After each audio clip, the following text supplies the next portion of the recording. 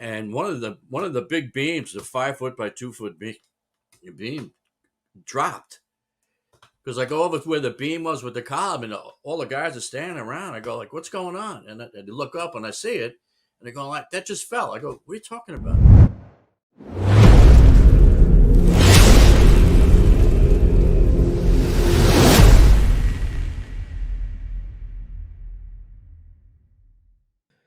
Hi, everybody. It's David Rhodes with Fire Engineering Books, and welcome to another episode of the podcast In the Books. I am joined today by someone that really doesn't need an introduction to my generation. It's the one and only John O'Connell, who goes back a long time with me. But just to get us started, let me tell you a little bit about this fella.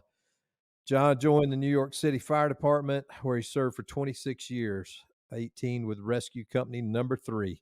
He's a New York State certified instructor for the FDNY Department of Training. He wrote and taught the FDNY's Trench Rescue Program, Collapse Rescue Curriculum, and Void Search Program. He's a member of the Technical Rescue Development Committee for the state of New York, group leader of the Building Collapse and Trench Rescue Development Committee for New York since 1994, and is a principal member of the NFPA Technical Committee on Technical Rescue and chairman of the Structural Collapse section of NFPA 1670 and 2500. He's task force leader for the FEMA USAR New York Task Force 1, member of FEMA USAR Incident Support Team, and a leading shore instructor for the U.S. Army Corps of Engineers, FEMA USNR Structural Specialist Training Program, all the way still doing that. And he is a retired president of Collapse Rescue System. Welcome to the show, my good friend, old buddy, John P. O'Connell. How are you? Hi, Dave. How we doing? Good, man. Long time coming here with the update of this book. You're right. I mean, I got so busy, and then I kept putting it off, and it's like, yeah, I finally sat down, like, got my butt in gear, and I need to do this because I should have did it about 6 years ago. Yep. It was good timing, though. It was right about the time that I came into the position, and I started poking him a little bit. And I was like, man, this is the Bible of collapse rescue, and it's been sitting here. I know you got an update, and sure enough, you almost had it finished before I even asked for it. Yeah, I spent a couple. I redid all the graphics. It's 632 graphics or some silly number, and I spent about 2 years redoing every single one of those graphics. I redid them all myself, and then and well, luckily we waited too because we did update a couple of the shores in the interim, Yeah. especially with all the testing we did with the Army Corps. So now this is the latest updates with the Army Corps engineer curriculum. It's the latest update with the fog manuals. It's the latest update that we're teaching with New York State and everybody else. So, like I said in the intro there, it's like my generation of firefighters all know who John O'Connell is. So this is a good opportunity to introduce some of the younger guys that may not have been around in your heyday. They may know you from FDIC, from teaching and helping with the HOT program. But just give us a little background when you started with New York and where you worked. Uh, well, I got onto the. I was a union dock builder in New York City for almost 10 years. I mean, I did shoring as a living, shoring, stabilization, pile driving. I did all that as a living. And my neighbor across the street was a New York City fireman. So he goes, I take the test for the fire department. I go, like, what are you talking about, man? I'm working on blah, blah, blah. So one day I'm painting my house, and he comes over and he goes, here. He hands me some paperwork. I go, what's this? It's the application for the test. I filled it out for you, jackass. Take it. Like, okay. So he said, you know what? Let me take this. Because they had 20-year retirement. I mean, the dock at the time, the dock building was like, you retired at 65. Mm-hmm. I'm going like, you know what? Let me try it. If you made it that long. Well, yeah, and I had been working alongside guys that was 62, 63, 64 years old, out in the cold every day, out in the heat in the summer, and it was like, you know what? Let me try this. So I said, you know what? If I don't like it, I could just go back to dock building. But once I got on the job, forget it. You would have had to pull me out of the firehouse with a bulldozer. Yeah. And that was I got on a job on April 7th, 1979, long time ago. Yep. Yeah. That was 6 years before me. Yeah. So we're both old. Well, now everybody I teach now was half of 99% of them weren't even born then. Yeah, It's absolutely. like holy mackerel. So yeah, I mean, we've been doing FDIC together longer than they've been alive. oh, that's a true story. Yeah, yeah. So where all did you work in the city? Well, I got assigned to an engine company in Canarsie, Engine 257. So I spent a year there, and I had a great time. An awesome captain. And then I went to Ladder 102 in Bedford Stuyvesant. We were doing 46, 4,800 runs a year, no EMS, all fire duty. It was just phenomenal, phenomenal, great place. I was there for 7 years, and then I went to Rescue 3 in the Bronx for the last 18. So you went to Rescue 3 somewhere mid late 80s? 86, I think it was. Yeah. Awesome. Mm. So how'd you get into shoring in the fire department? I know your background as a union. Well, what we were doing was I had been dock building and doing the shoring and stuff, and then even I was doing that as a side job also as I was coming up as a fireman. And then I had vast knowledge on all the tools and whatnot, and then I kind of had an interest to I was in Ladder 102 a long time, and maybe what's the next step, and like going to a rescue.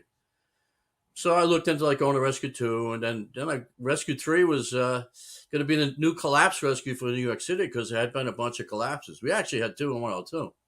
Mm-hmm. And I was like, wow, this is right up my alley. And then when I found out about that, uh, when, a good friend of mine in 102, one of his best buddies was a lieutenant in Rescue 3. So he told him about, what I can do and stuff. So I went and saw the captain in Rescue 3. He told him my background and stuff. So basically, it was about 3 months later, I was up in Rescue 3 because they were starting to collapse rescue then. Who was running their special ops back then? They really didn't even have a special ops back Didn't have then. a command. You just had the units. Yeah, it wasn't really command. It was like it was like a battalion, and we had a couple of battalion chiefs, and then it was mostly run by. There was a battalion chief that was running one of the old timers, and all the rescue captains were all old timers, all great people. Um, and at that time, it was called 13 Bravo, and they only had just started. But then we finally started with that. We started like, all right, we're going to start doing like this training school. Mm-hmm. And I had gotten hurt. I had hurt my back pretty hard, and they had put me on light duty. So next thing I know, they go like, you know what, you're going to the Rock, and you're going to start writing up all the shoring stuff and clap stuff because they were starting to talk about the FEMA system as well. So I went in, and I was actually we started like a rescue school.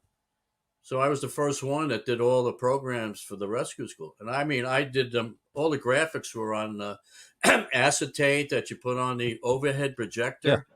Yeah. I mean, I drew all that stuff by hand and everything. We didn't even have slides to begin with. Then we got into the slides, and then I got into with the FEMA program. I was a charter member of New York Task Force 1. And then as I started I started to write. Actually, here's how it was pretty kind of not weird, but it was pretty ironic. So I'm teaching. We were teaching the rescues. We had a couple of rescues. We had a couple of battalion chiefs and a deputy chief at every class because they wanted to get everybody kind of known. Because I mean, the average chief out there couldn't tell you it's between a lace post or a rake shore. They had no idea what that even was. So it wasn't on fire. They weren't concerned with it. Yeah, and plus they weren't familiar with that type of stuff at the time. Right. So I had a friend of mine, Terry Hatton, was, John, you need to start writing about this stuff. I go, writing? What are you talking about? I failed English in high school. He goes, don't worry about that. That's not a problem. We go, like, they'll take care of that.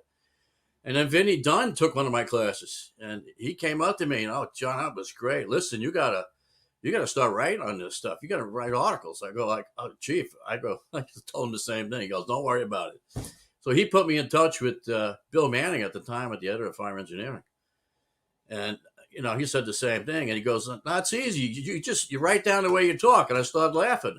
He goes, what are you laughing about? I go, you ain't gonna print the F word like every 12 sentences, And he just started laughing. But I started doing it. And then I did I did one short a month for like 13, 14 months. And then I did several other articles, on the Trade Center, Oklahoma City, and a bunch of other stuff. And I think I did about 24 articles.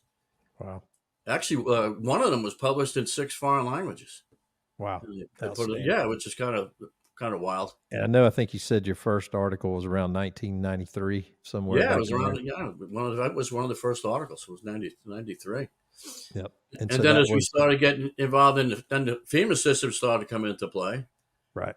And I had because what happened was California was doing it their way, which was a little different, a little funkier than the way we had been doing it, and I had been doing it in construction for years. Um, and so we had a meeting. They brought us all together. They brought myself, Dave Hammond, who's like the senior engineer and the senior godfather of the whole program. Oh, what a great guy! Actually, he's like 91 now, and he's getting out of it, so which is kind of sad. But so it was him and 3 other guys from California. 2 have since passed away. God bless their souls. But so we went down to DC for 4 days, and we sat from 8 o'clock in the morning to about 5 o'clock at night for 4 days. I mean, the first day we sat there and we bickered over nomenclature, like what's a wedge, what's a shim, what's a sole plate, what's a sill plate, what's a header, what's a thrust block. I mean, it was so we finally got most of that straightened out. I mean, most of the time I left there with a freaking headache every night, because things were so different. So we tried to tie everything back together, and then I'd sit there and go like, all right, here's how we're doing it, and this is how I did it in construction. And then a couple times, Dave, no, you can't. It doesn't work that. You have to do it this way. I go, Dave, yeah, it does. I had brought a loose leaf book with all photos of stuff that I had done in the fire department as well as in construction. And I go, oh, yeah, here's how that works. It works right here. Oh, okay. So we So kind the of got everything together. So it took us about 4 days to get that all together. And it was pretty wild, of course, then we're all meeting at the bar, except for Dave, the other, myself and the other guys. We're all meeting at the bar every night, and I'm drawing shores on napkins and whatnot. And Mike McGraw, God rest his soul, he told me before he passed away about 5 years ago, he goes, I still have those napkins in my office. that's awesome. Did Yeah, a yeah. lot of good stuff have come on napkins in the bar, Oh, especially yeah. FDIC stuff. A lot of new products, innovation, and ideas. Oh, So that's were their shores a whole lot different than what you were doing already, uh, or was it just nomenclature? no, some of them were different, and they were spending. Some of it was like a little too difficult. It was like it was too much work. It could have been done with less work, and then I would show them like, "This is what we got," and we'd streamlined it and whatnot. And they were huge into gusset plates, which the construction industry is not. Right. And it was like okay, so we had it came up with some compromises, and then and at that point, then I sat there and I did a lot of research on this. I actually went to like, all right, where did all this stuff come from? And the majority of it came from England's Civil Defense Manual, dated like 1943. Hmm. And I actually got a hold of a copy of it. It wasn't even in the New York Public Library. It was in the annex for the New York Public Library. And I saw the stuff. So then I took it and I updated it to what the 20th century stuff, to our stuff. And then we worked from it for there, and we updated it, and we continued on with it, and then we did the famous stuff. And then the real updates came when the Army Corps and engineers got involved, and they wanted X amount of nails and this and X amount of nails and that, which is fine. And Right. then when we started the testing, that's when it really came out that what worked well, what didn't, and stuff. So we adjusted a few things, changed a few things, added some stuff, and then like the T-shirt, like the engineers that just were not happy with the single post T-shirt. So I said, "What's the problem, Dave?" He goes, "Like, well, it's one post." Like, yeah, I know that it's not real stable. He goes, "Well, I said, "Okay." Make So I two was posts. sitting there one time. I was doing a shoring class in Setauket with Joey DiBonato's fire department. God rest his soul. And I sat there like I'm looking and looking. Okay, how can we improve on this? And I'm going like, you know what? Why don't we make it a 2-post T-shirt? So I turned around and figured some stuff out. Put the 2 posts together, kept them at 2 feet apart, designed a gusset plate for them. So I had those guys put it all up, and then it worked well. And then I presented it to the guys, and they liked it, and Now a lot of people, that's all they're putting up is a 2-post raker, which is fine. Mm-hmm. Yep. And we adjusted some things. We came up with the plywood lace posts, and we came up with some other ideas for some stuff. And the most recent one was I came up with the 3-post raker system, where it's actually a 3 foot by 4 foot with a 3-post instead of just a 2-post. So it's a 6-post shore altogether, and that held up to 168,000 pounds, which the best we ever had on a lace post holder was like 145. So this is way strong. I mean, it is one more piece of wood, but Right. it's just another item in our arsenal now that's out there. Yep. So we pretty much and we test stuff pretty much almost every year now, and have been, and we adjusted a few things, and it's So good. pretty good working relationship between like the Army Corps of Engineers, FEMA, and NFPA. Are you sort of the person that kind of is in all of those circles? Well, originally, one of the reasons I got involved with the Corps was because I was the lead shoring guy for FEMA. Mm-hmm. Lead shoring instructor, lead guy doing all the classes, lead guy making up the classes for them for the SCT program at the time. And then I got involved, and David was involved with the Corps, and then actually 2 of the Corps guys I met and worked with at Oklahoma City. Right. And they knew me from Oklahoma City, and then they put me in. Mike Tamalo was the IST leader at night, and he put me in charge of all the shoring that was going in. So how'd you end up?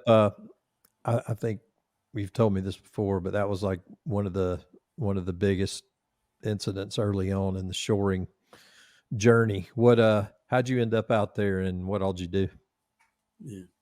Well, they deployed New York, and at the time I was out in California at the time at a conference, and then the IST leader, Mark Iladucci, was the IST leader, and I'm going like, holy shit! It's like he goes, you get out there and I'll put you to work, So we're talking about the Oklahoma City bombing the Alfred Murrah building, right? For those of you who weren't born when that happened. So when I called New York, I go like, well, they're leaving and everything. So I actually beat New York in there. And then when I went into the IST, Giladucci goes, all right, you go over and you work at night with Tamalo. Like, okay. And then as we first started to do some of the shoring right off the bat, I mean, some of the guys, they weren't doing it the right way and it wasn't in the right spot. So, what the Tamalo was like, Mike, they're not doing, this stuff's got to be fixed. And he goes, all right, you got it. You're in charge of the shoring. You're the shoring officer for the site. Okay.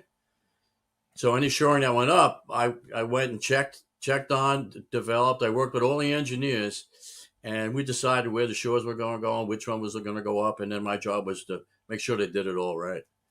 So I did. I walked around that building quite a few times. You remember how many shores you guys built? I don't remember exactly, but I still have the plot plans, the plot drawings for it. And on the drawings of the building, I have every single shore that we put in marked on those drawings. And I have a book. And I wrote down every shore that was in the book. And I wrote down when it was done and who did it. And I still have those books. But there were dozens and dozens and dozens of shores put up.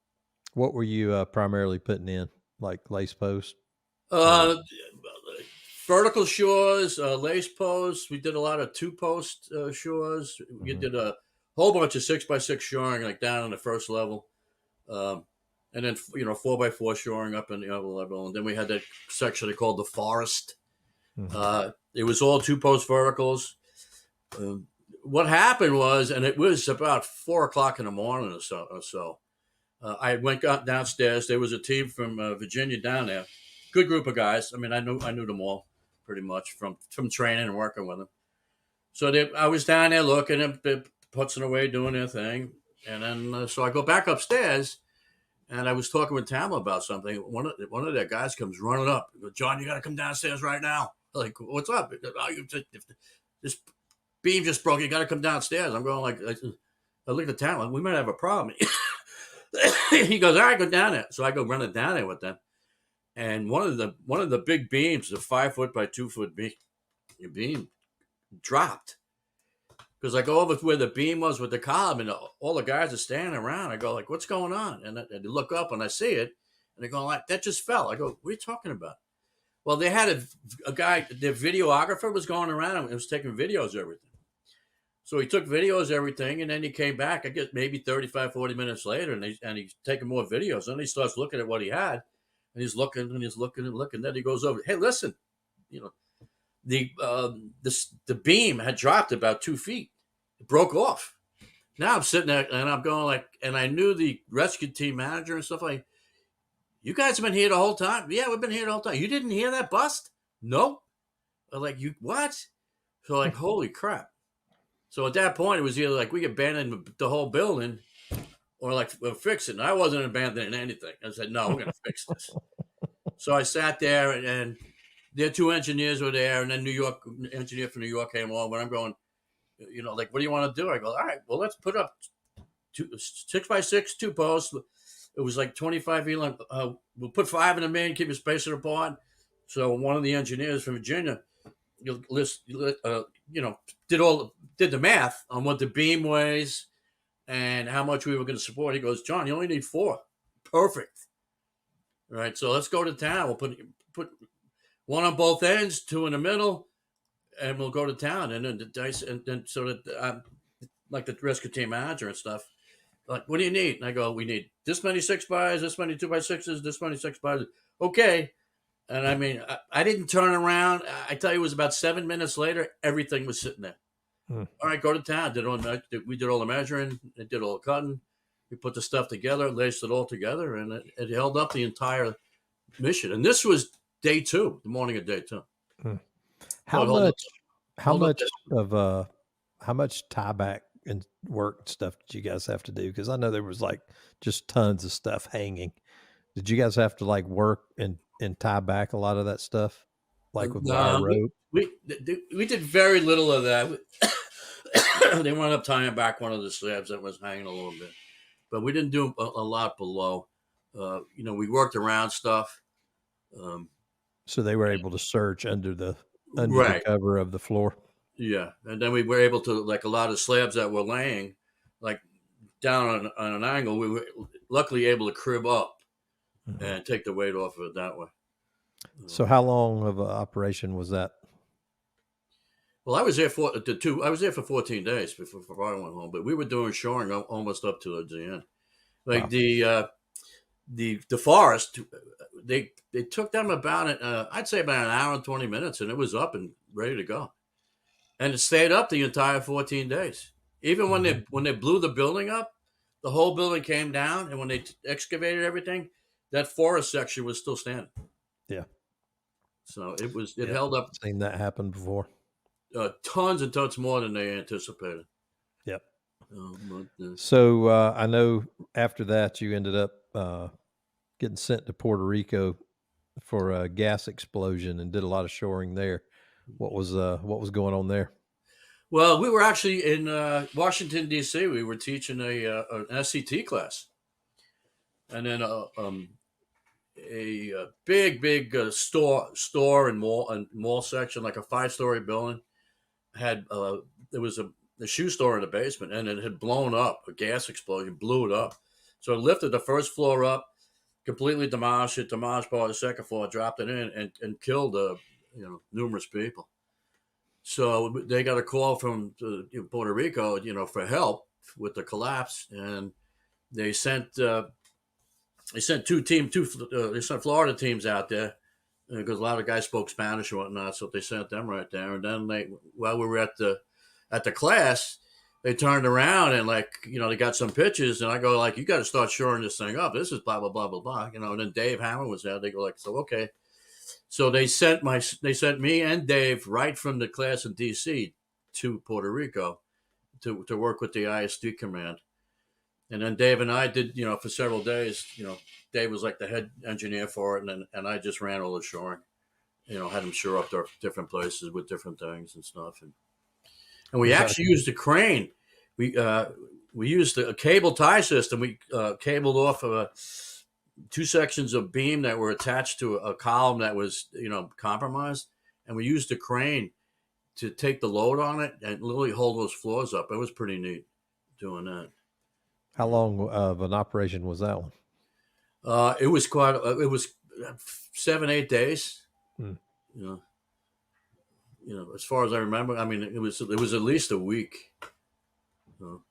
But we did some nifty shoring there, and then we got out they got the once I got all the victims out, then it was like, okay, like we're done, type of thing. So Right.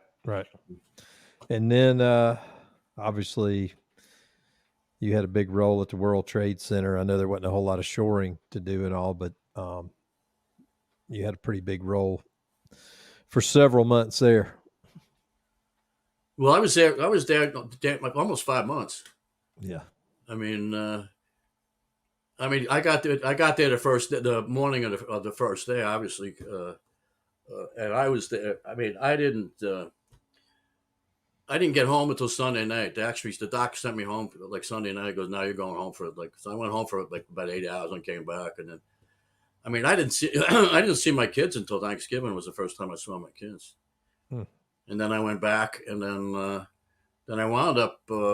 Actually, I got deployed with FEMA to the Olympics in January in Salt Lake City. I was there for a couple of days, and then I had been training with the Marine Corps, for about 9 years. And I got a phone call from the guy that's doing the Marine Corps training. He goes, "Hey, John, listen, we need you to come to the Middle East." I go, like, Gunny, I'm like, I'm jammed up here. He goes, "John, no, you don't get it. If I got to call your chief of department or your fire commissioner and tell him you're coming to the Middle East, you're coming."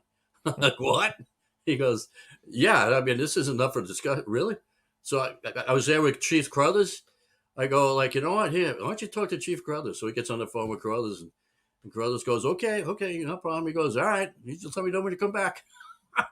Hmm. So I went to the Middle East, and I took a couple of guys with me, and we taught a rescue platoon section that they had in the Middle East, and it was comprised of Marines and sailors and whatnot, and we taught them, all kinds of shoring and rescue stuff. And I was there for a couple of weeks, and then I came back to the trades at the trade center till like after like just about Patty's Day. Wow. And my job was I was underneath on the ground doing all the searching and stuff, and then I was also in charge of like any void searching and stuff like that. I mean, one of the problems the Chiefs have with it, we got all these guys running all over the place, and they're going to get themselves freaking killed doing this stuff. So, like, I was the first guy in the basket on top of the South Tower. I was the first guy in the basket on top of the North Tower, with a group, and we did this and did that, and worked that way. And I mean, I was there like 18 hours a day, for a couple of weeks. I mean, I slept in my clothes for like a solid week. Mhm. I didn't even get out of my boots, my fire boots, till like Saturday. My feet were all blistered and everything. Hmm. And Talk a little bit about the mission you guys got to go and find the gold down in the bottom of the trade center. yeah, well, that was it, and this it'd been going on for a Yeah. while at that point, and I had Jimmy Ellison, God rest his soul, he passed away, and Jack Murphy. They were they got to be liaisons to some business type stuff in the city with corporations and whatnot. Like, okay, so they came up to me one morning. I was like, I think I was walking back off the North Tower. So, John, you gotta come to this meeting with us. I go, "What are you talking about? I ain't going to no meeting." What is this crap?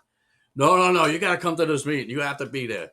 Like, what? Yeah, no, you gotta come to this meeting. Like, okay. He goes, like, we can't tell you exactly what it is, but you gotta come.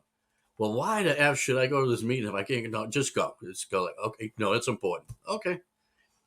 All right. So they pick me up. We go to this meeting in Manhattan, and we're at some big high end security outfit. So they're there. A couple other people there. Some bank people come in, and they're all whispering to each other. And then I'm there, and then a chief in the Port Authority PD is there. So I will look at each. So I started talking to him. We go like, he goes, what are we doing here? I go like, I have no idea. You're gonna have that stuff. Like, okay, so they sat us down. I'm like, okay, so now Wells Fargo was like, okay, we'll let you guys know. All right, and we had to sign documents. You couldn't tell anybody about the meeting and all that stuff. And I go, yeah, okay, fine, let's go. And I'm going like, I ain't got all day for this. Can you get to the point here? Like, okay. There's it's the Bank of Nova Scotia. It's under Building 5. Okay. There's a vault down there in the basement section. Right. It's got about $500 billion worth of gold and silver. Like, what? I mean, the chief and the Port Authority cops almost fell over. What? He goes, yeah. It goes, how come we know nothing about it? He goes, well, that's kind of was the idea. We don't. Yeah. That was the point. And then it was like, and I had been up and down that road, and it was a little red door there. That was it. And I've been up and down that road, and like, in the back, and it was partially collapsing. I know what you're talking about. I said, we can barely get to that door. But, okay. I mean, nothing. No sign, no nothing, just a red door. Okay. Yeah. He goes, we have to, we got to get the gold out of it. But they were having such a hard time to get somebody that would hold the gold for them. Right. So much of it. Yeah, because there was so much of it. So then they finally got somebody in the Brooklyn Navy Yard said, all right, you can take it as long as you do your round the clock thing, and it's your whole schmear. And then they could only take out like $1.5 million worth of gold out of in each truck, because that's all the trucks were, I think, insured for or something like that. So they ran trucks for like 24/7 for like 3 days to get them all out of there. And it was like, and the guy's like, we're going gold. He goes like, don't worry, you can't fence gold. He said, there was silver upstairs, like $100 million in silver upstairs or some silly number. And he goes like, you can take all you want. We don't care. Yeah, okay. And like the gold bars were like, they weighed about, I'd say about 25, 28 pounds each, or maybe a little bit more.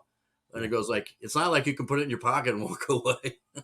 So there was 500 billion, and you can confirm for everybody listening that they found all 499 billion, 500 million, 99. Yeah. Yeah. It was something like five. I mean, I could be off. Yeah, I know. Yeah. I know it was a ton. And I think we've got the picture of you yeah, standing in front of that. Right. Yeah. And it was in a basement. It was in a basement. And along the back wall of the basement were cages. And there were countries' names on the cages. Yeah. And they were pallets of gold. And he goes, yeah, that's their gold reserve. Like, holy mackerel. What happened to Fort Knox and stuff? Yeah. It's like right out of the movies. Yeah. And they even vacuumed up, after we were all done with everything, they even vacuumed the floor up. Vacuumed all the gold off the floor. That was probably worth, $10,000. Was any of it damaged from the collapse? No, well, what happened as we first got in there, because that was a pretty funny story in itself too. So it's myself. I'm there, and I got the meters with me, and I got half a dozen Port Authority ESU cops. They all got, ARs. They're all loaded, full ammo, the whole schmear. We all got masks on and whatnot, and I had the meters and stuff like that. So we get to that red door. Now there's a guy that's the employee from the bank, and he's got the combo for the door. Like, okay, like, all right, so we're going up there, and of course the cops are behind me. They're loading up, and they're charging their weapons, and this guy's shaking like a leaf. Try to get the code. Yeah. Oh yeah, we're breaking the shot. It's like, hey, remember that Bruce Willis movie when all those guys were down in the basement and stuff? So yeah, so he's trying to do the combo, and he couldn't get it. So it's like the third time I go, listen, you know what? Give me it. I'll do it. Give me one more try. So he tries. He got the door open. Now we're laughing and giggling. And so we go in, and I put them. Everything was fine. It was there was water all over the place. Water had gotten in there. Yeah.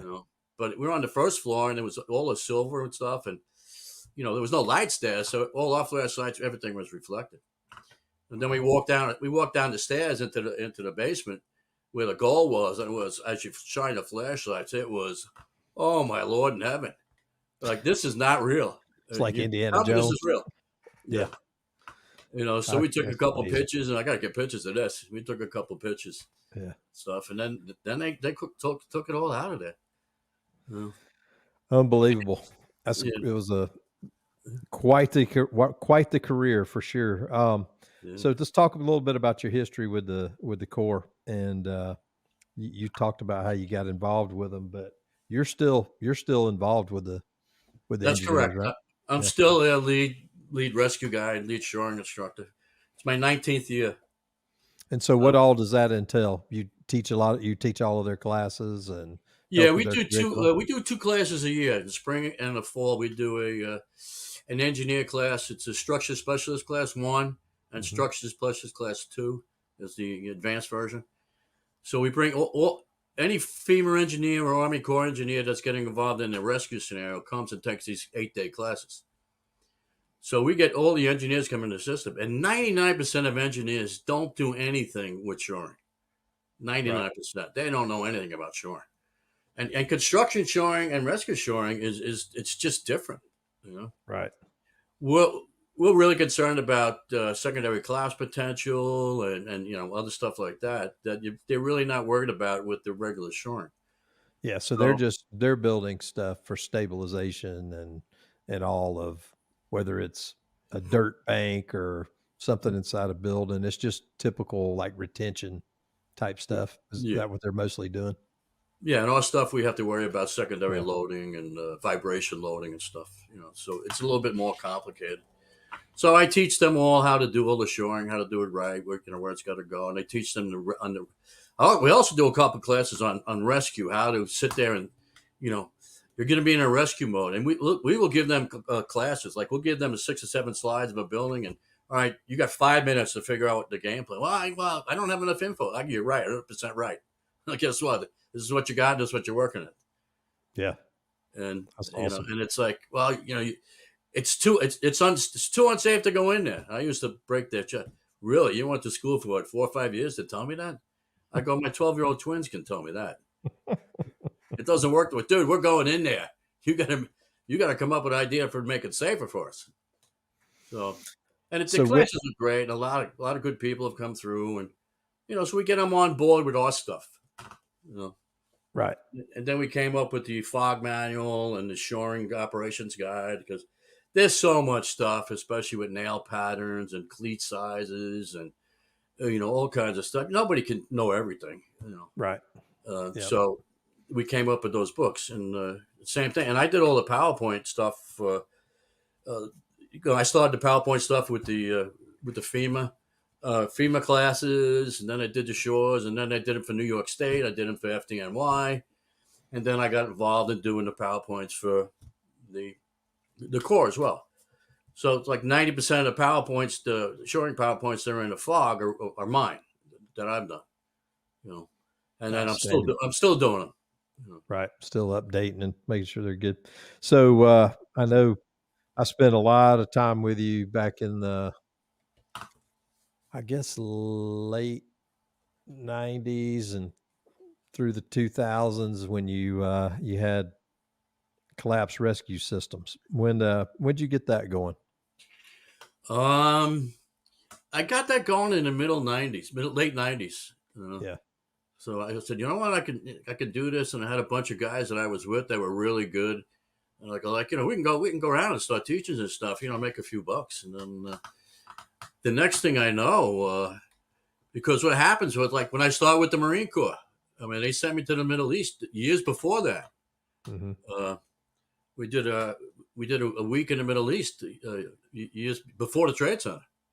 Hmm. So then after the Trade Center, obviously the rescue became a big mode thing, and I Right. wound up. A lot of grant money available for training and Oh, sure, all over the yeah. place, and, Yeah. and other countries got involved. I mean, I wound up in Japan twice. I was in China twice, working with the Chinese fire department. I was in England, Germany.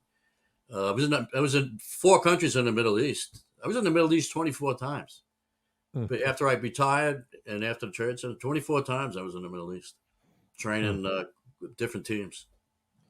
So it was So pretty wild. I mean, and I mean, there's places I went to that I would never ever have gone to if I didn't become like a rescue fireman type thing.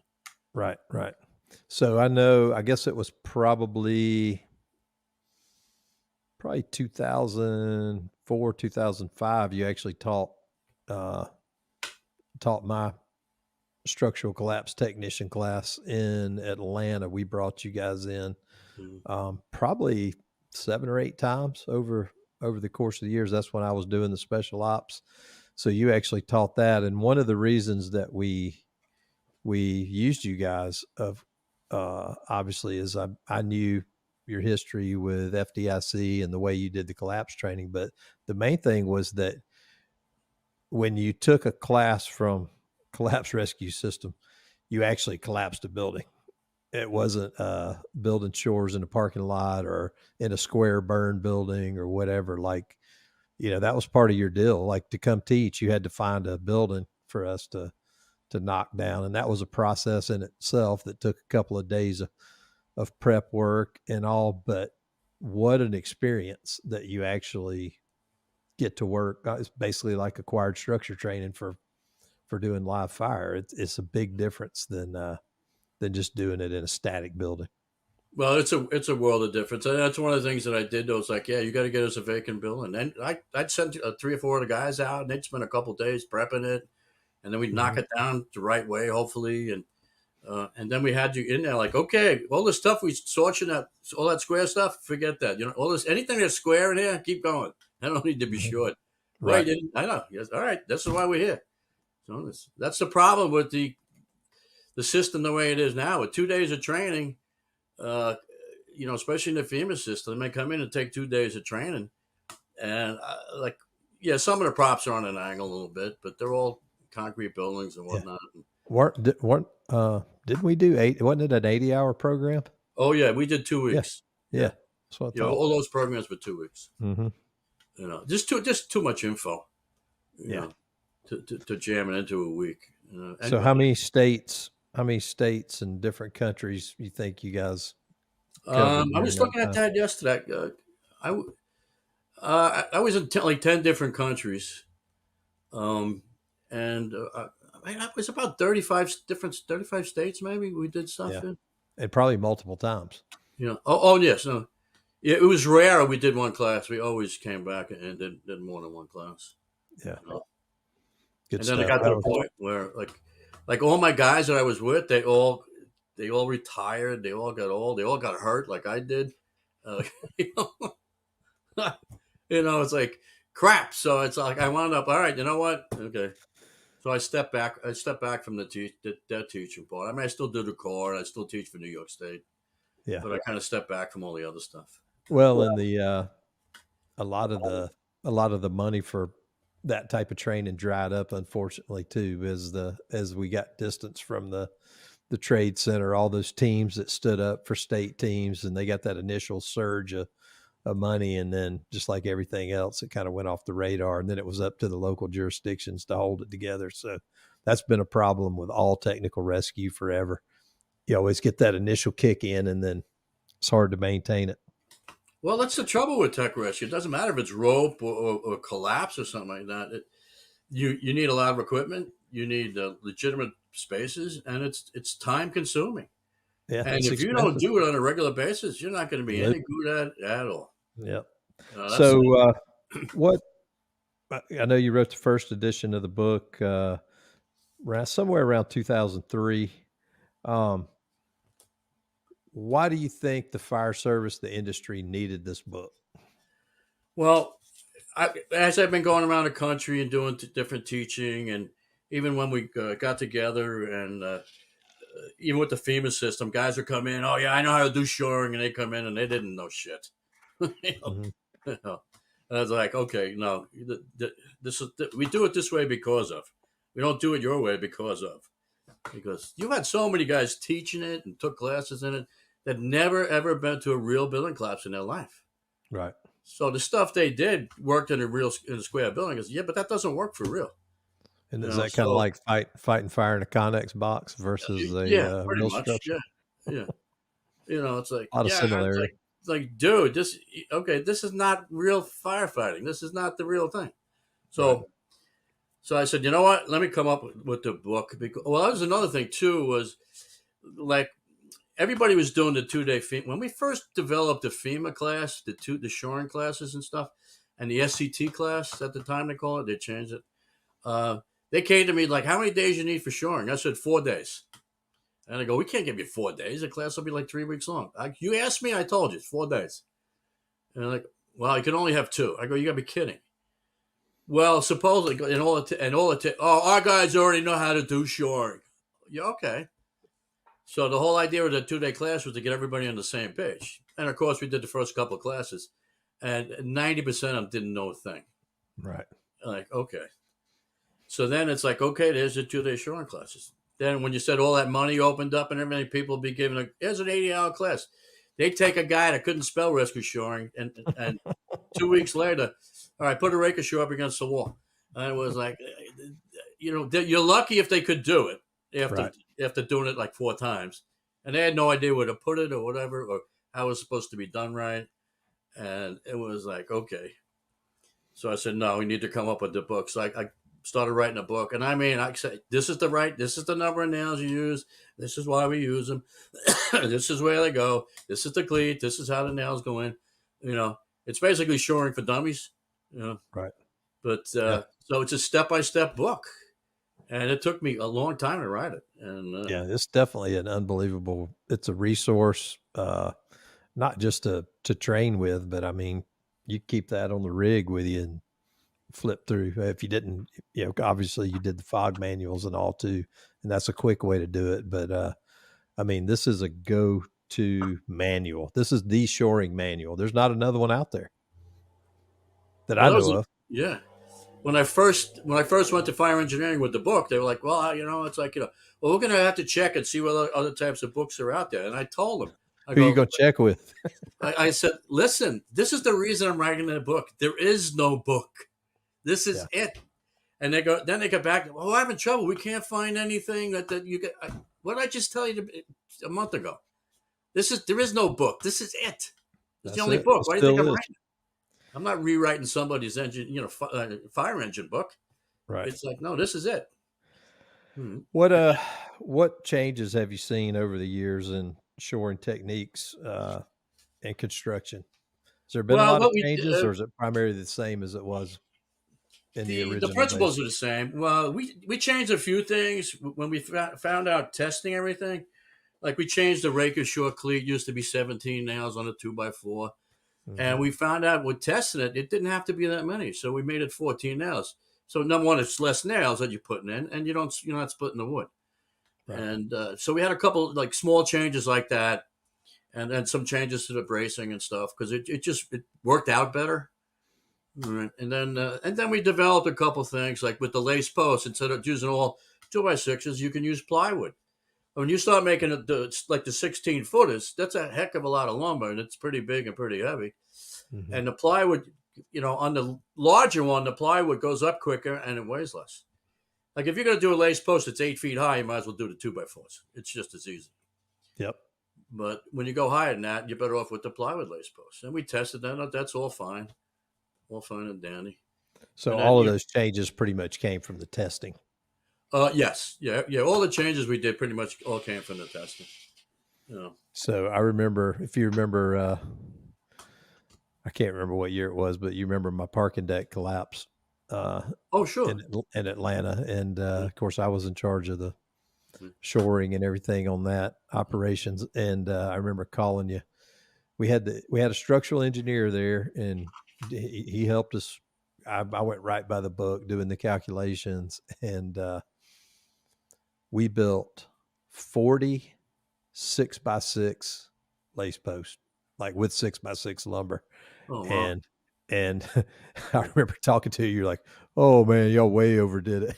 Yeah, that's for sure. But in the book, if you did the numbers on the book, with the engineer, but it was like that was based on theory. And I'll tell you what, it's not easy to get that much 6x6 lumber. Well, let's see that's another thing. And like when we do the shoring training with the USAW guys, we give them a couple of shoring problems. And I'm sitting there walking by one group, like, oh, let's just get 6x. What's the big deal? Well, I went crazy. What's the Yeah. big deal? First off, they're not easy to get. Number two, and they weigh twice, 2.5 times It's as much. hard as hell to build them I out tell you what, there. you want to do that? I'm going to have you carrying the 6x over to the guys. Yeah. And said, then I need chainsaws to cut them. You can't cut them with regular saws. Yeah. I said, you know what? Use 4x4s. They're way easier to get. They go up 3 times as fast. And Yep. guess what? If you don't think one's enough, what do? Put in another But one. another one. Yeah. Put another one in. You put Yep. in That 2 was of a those lesson lace posts learned. by 4x4s. It'll be easier than one 6x. Yeah. Plus, it's easier to get the material. Absolutely. Absolutely. Well, rookie mistake again. A lot of training, but not a lot of collapse experience. That was the first big one. Other than residential structures, tornadoes and stuff. That was truly the first big Yeah. commercial type deal that we had. I think we ended up removing 78 cars out of that 5-story parking deck. Yeah. So, all right, good stuff. What are some of the common mistakes that you see with shoring operations, other than a young Chief Rhodes using 6x6? A lot of common mistakes. I mean, the guys get taught how to do this stuff, but when they get into stuff like parking garages and whatnot, they have a tendency. They put stuff up. They overdo it a little bit. They gusset plate the crap out of everything, which they don't have to do any of that. You only need gusset plates down by the wedges, and they get crazy overboard doing too much. And meanwhile, dude, you could have put in 2 more shores while you're sitting there playing with this, putting this extra crap on. It doesn't do anything, And the biggest issue they have is they're not putting the stuff in the right spot because they don't have the technical background on how the load's going. Right. That's really what you need. So you put them in the right spot. And, one thing they do, like all the training they do, wherever they're doing the training, especially when they're doing using their burn buildings and other buildings that they own, they're not anchoring the shores into anything because they can't drill holes into their buildings. Right. So now you got to do these things. Oh, we put this up. It's great. It's like, okay, yeah, all right. How did you anchor it to the top of the slab? What do you mean? Okay. Well, if that bounced a little bit or vibrated, if something come down, what's holding it from sliding? We wedged it in real good. Yeah. Yeah, right. It's like, okay, no, you got to anchor these, dude. Yep. So you'll see stuff like that, and they'll over nail it a little bit, and and sometimes they have a tendency to overdo things. Guys think that the more wood and stuff they put on it, the better it's going to hold up. That's not true. That reminds me of the old saying in rope. Remember, they would say, if you can't tie a knot, tie a lot. But yeah, there you go. Yeah, yeah, that's kind of the thing. Yeah. So do you have a favorite shore that once you build it, you kind of stand back and go, man, that's like freaking a piece of art right there? There you go. Yeah. Well, a lot of shoring that we did, we try to keep it simple. Like even when I did the double T shore, I tried to keep it simple. I made the one gusset plate up top, just change the side, get the right number of nails on it, blah blah blah. So that goes up good. But like you said, like the lace post is probably one of the most complicated. Yeah, it's one of the complicated. The most complicated one we're going to do is a slow floor shore. Yeah, and a lot of guys have problems with that. I mean, a lot. But if you can put up one of those, like I've put up, not 2 post, like 3 post, slow floor shores that were like 12 feet long, right. and tied them together with the angles, and both angles are a little different, and I've done it where we cut the angle in the 4x4 in 2 different directions, which was not easy, and got that up. And like, man, this is what a home run this is. This is fine carpentry, this type of stuff. Yeah, 99% of the guys can't do that. I love seeing like you said, the lace post. You put that up, and when you put it up right and everything looks good, oh man, I'm going to stand next to this and take pictures. Yeah, and you can bail in there if you need to. That's the thing.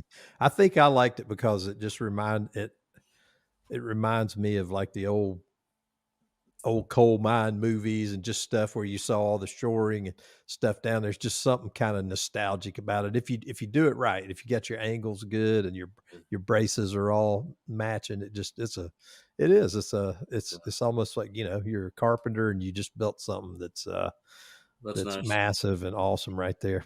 Yeah. Let's talk a little bit about, obviously we can't cover everything in the book, but let's just talk a little bit about the shoring team, like how the shoring team functions, how many people you need, and what the positions are, and what they do. I think if somebody's like just getting into it, I think that's an important part. I mean, this is not a 1 or 2 person operation here.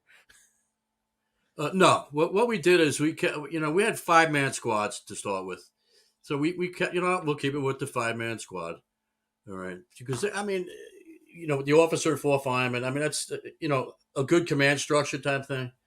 Mm-hmm. So, and it's like, and believe it or not, once you're inside doing shoring, after like 3 guys, you don't need much more.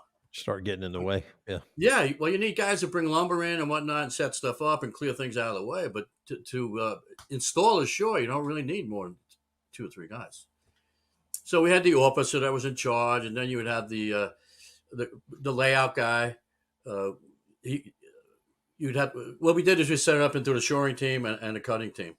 So there'd be a cutting station outside where you had the cutting fireman, the layout fireman, and then you'd have a runner coming back and forth. Then inside, you'd have the guy that's doing all the measuring inside, and then there'd be a fireman assisting him with the measuring and then installing the shoring. So the measuring firefighter, we used to put on a separate tactical radio frequency with the cutting shore firefighter outside.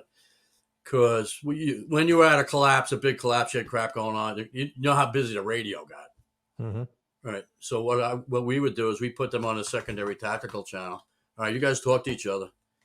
And then we made sure it's like, okay, they were taught everything you did in inches. You measured everything in inches. So there was no mistakes. Mm-hmm. So I need piece 12, 4, 4, 1. It's like, no, you tell him exactly how many inches you want. Then he'll cut it. And then like if you're inside measuring and you got to deduct for wedges and stuff like that, you do all that stuff inside.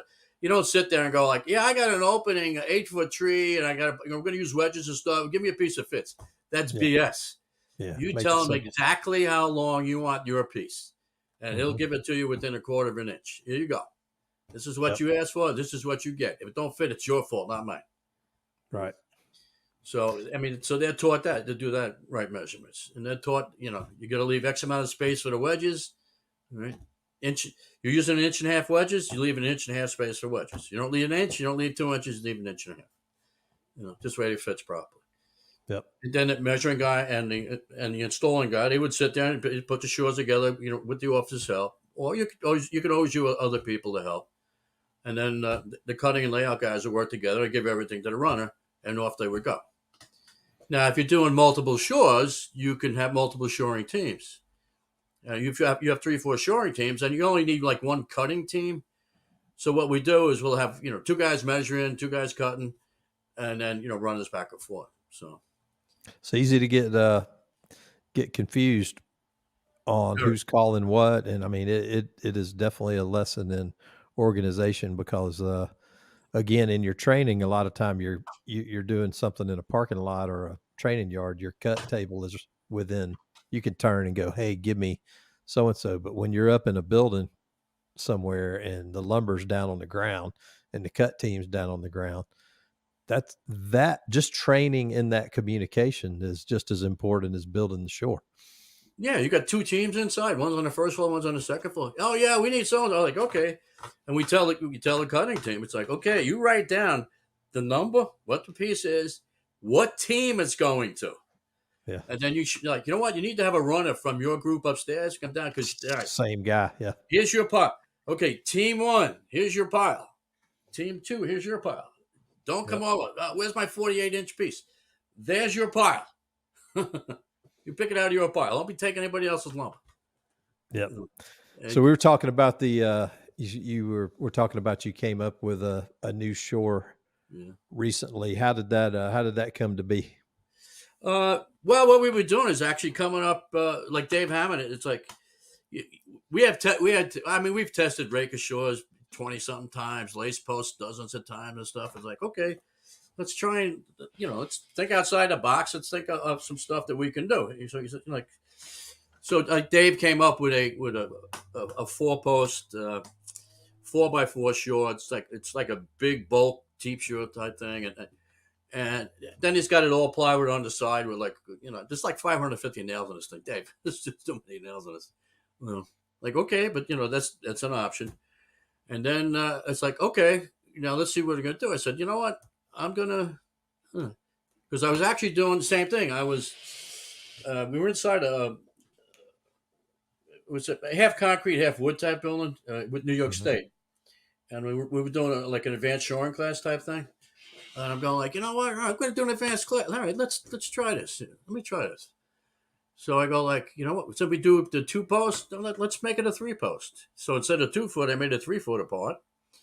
And I sat and figured out, following the 8-nail pattern all the way across, figured out the exact nails. Wound up being 23 nails. And okay, so I had them build it, put it together. It's heavy, but it went up relatively easily. Um, and we got it in place, got it done. So I had them build it, took a whole bunch of pictures, and then I went to the engineers like, all right, yeah, I got this new short that I designed, and we'll work on this. So we just tested it recently, and so it's later a 6-post. It's a 3-foot by 4-foot 6-post short, and this is something like you had your parking garage. Let's just say you had Be perfect.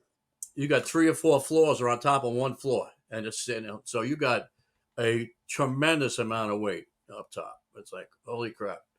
You put one of these in, and you're good to go. Right. Yeah, Now would we you say 168,000 pounds? 168,000, and the post didn't fail. What Right. happens is the wedges and the sole plate just crushed and crushed and crushed, and wouldn't take any more load. That's like 168,000 pounds. Right. And that's 30,000 more than their standard 2-post. Well, the best we had was 140, so it's about Okay, 25. 30. gotcha. Most of the lace posts have failed at about 110, Mhm. 120. So it's like 30,000 pounds, 35,000 pounds more. You know, And that which is in the book, right? That's in the uh, new edition. yes, it is. Yeah, it's in the book. Yeah. So Awesome. yeah, we were. I mean, I was ecstatic with the test. I mean, this is great. I loved it. So yeah, we were very happy with that. So So I have to tell a quick funny story from back in the, I guess it was probably, I don't know, it was right after the Trade Center. And I got a call from my fire chief at the time. I was still the union president in Atlanta. He said, "Hey Dave, you know any guys from New York?" And I said, "Yeah, I know 2 really well." And I said, "I know some others, acquaintances, but I know 2 really well that I work with at FDIC."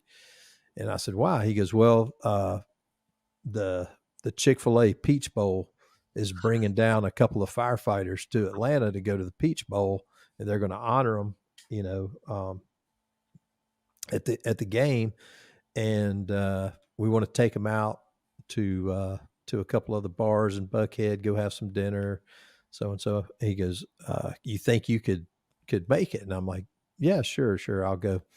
So I drive up to Buckhead to the Irish pub there, walk in, and who's sitting there but John O'Connell and Nicky Giordano, the only 2 New York guys that I really know well. yeah. So that was pretty crazy. And so you got to go and hang out at the Peach Bowl the next day, and Well, that was a think wild time. That was a I, great time. yeah, I think you might have done a little flirting with Miss Georgia. Yes, it did.